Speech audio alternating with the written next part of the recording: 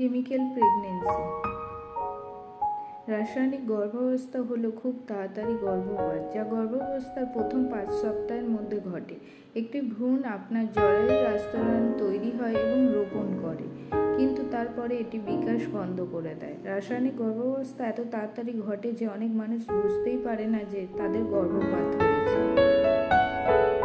রাসায়নিক গর্ভাবস্থার লক্ষণগুলি হলো পিরিয়ড দেরিতে হয়, স্বাভাবিকের চেয়ে বেশি মাসিকের সময় খিঁচুনি হওয়া, গর্ভাবস্থা পরীক্ষার ফলাফলের পরে সকালে অসুস্থতা বা স্তন ব্যথার মতো সাধারণ গর্ভাবস্থার লক্ষণগুলির অভাব।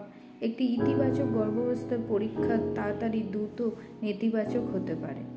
রাসায়নিক গর্ভাবস্থার ঝুঁকির কারণ হলো থাইরয়েডের সমস্যা, উন্নত মাতৃকালীন গর্ভাবস্থা, ডায়াবেটিস, রক্ত জমাট বাঁধার ব্যাধি, পলিসিস্টিক ওভারি, অনিয়মিত আকারের জরায়ু থাকা, যৌনবাহিত সংক্রমণ থাকা, এসব দেখা যায়। এসব সমস্যার সমাধান পেতে আপনারা আসুন আমাদের দ্য ওম ফার্টিলিটি ট্রিটমেন্টে। এখানে ন্যাচারাল ট্রিটমেন্টের মাধ্যমে 3 থেকে 6 মাসের মধ্যে আপনার সমস্যার সমাধান পাবেন।